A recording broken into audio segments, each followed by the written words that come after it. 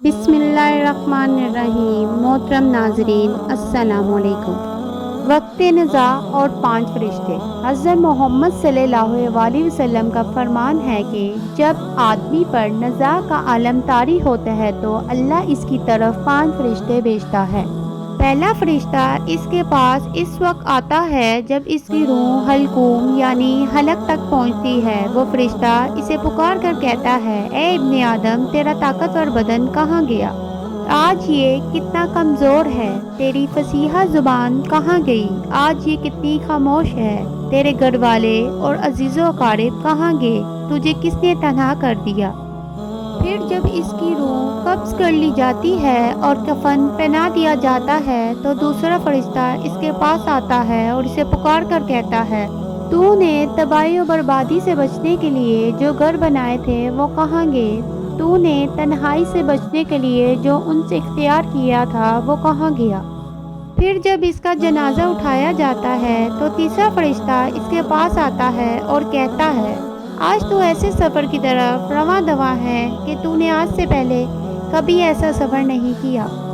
آج تو ایسی قوم سے ملے گا کہ جس سے آج سے پہلے کبھی نہیں ملا۔ آج تجھے ایسے تنگ مکان میں داخل کیا جائے گا کہ آج سے پہلے کبھی ایسی تنگ جگہ میں داخل نہ ہوا تھا۔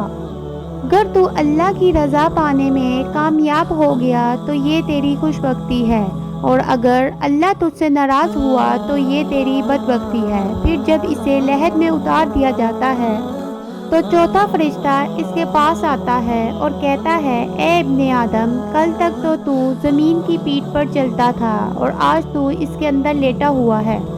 کل تک تو اس کی پیٹھ پر ہنستا تھا اور آج تو اس کے اندر رو رہا ہے۔ کل تک تو اس کی پیٹھ پر گناہ کرتا تھا اور آج تو اس کے اندر نادم و شرمندہ ہے۔ پھر جب اس کی قبر پر مٹی ڈال دی جاتی ہے اور اس کے اہل و عیال، دوست و احباب اسے چھوڑ کر چلے جاتے ہیں تو پانچواں فرشتہ اس کے پاس آتا ہے اور اسے پکار کر کہتا ہے، اے ابن آدم، وہ لوگ تجھے دفن کر کے چلے گئے، اگر وہ تیرے پاس ٹھہر بھی جاتے تو تجھے کوئی فائدہ نہ پہنچا سکتے۔ تو نے مال جمع کیا اور اسے غیروں کے لیے چھوڑ دیا۔ آج یا تو تجھے جنت کے اعلیٰ باغات کی طرف پھیرا جائے گا یا بھڑکنے والی آگ میں داخل کیا جائے گا۔ اللہ رب العزت ہم سب کو ایمان پر استقامت نصیب فرمائے، آمین یا رب العالمین۔